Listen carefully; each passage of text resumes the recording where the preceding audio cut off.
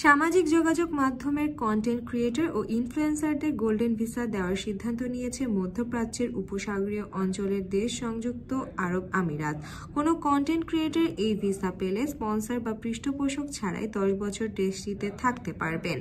দেশটির সরকারি কর্মকর্তারা বলেছেন, সামাজিক যোগাযোগ মাধ্যম এবং ডিজিটাল মিডিয়ার খাতের সংশ্লিষ্টদের জন্য আমিরাতকে প্রধান গন্তব্য করার লক্ষ্য নিয়েছে সরকার।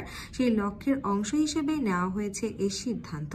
চলতি বছরে বিশ্বের বিভিন্ন দেশের 10,000 ইনফ্লুয়েন্সার ও কন্টেন্ট ক্রিয়েটরদের গোল্ডেন ভিসা দেওয়ার লক্ষ্য নেওয়া হয়েছে।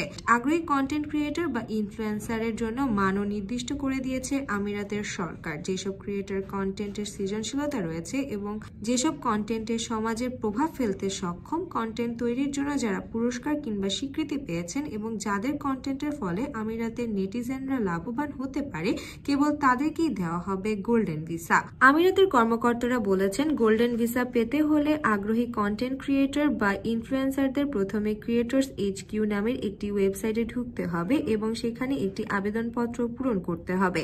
পাশাপাশি নিজের ইমেল ঠিকানাও প্রদান করতে হবে। আবেদনপত্র পূরণ করে জমা দেওয়ার পর তা যাচাই করে ক্রিয়েটর্স HQ টিম এবং যারা ভিসার জন্য যোগ্য তাদের ইমেলে জানিয়ে দেওয়া হবে। ক্রিয়েটর্স HQ থেকে ফলাফল আসার পর শুরু হবে এ সংক্রান্ত অন্যান্য ধাপ।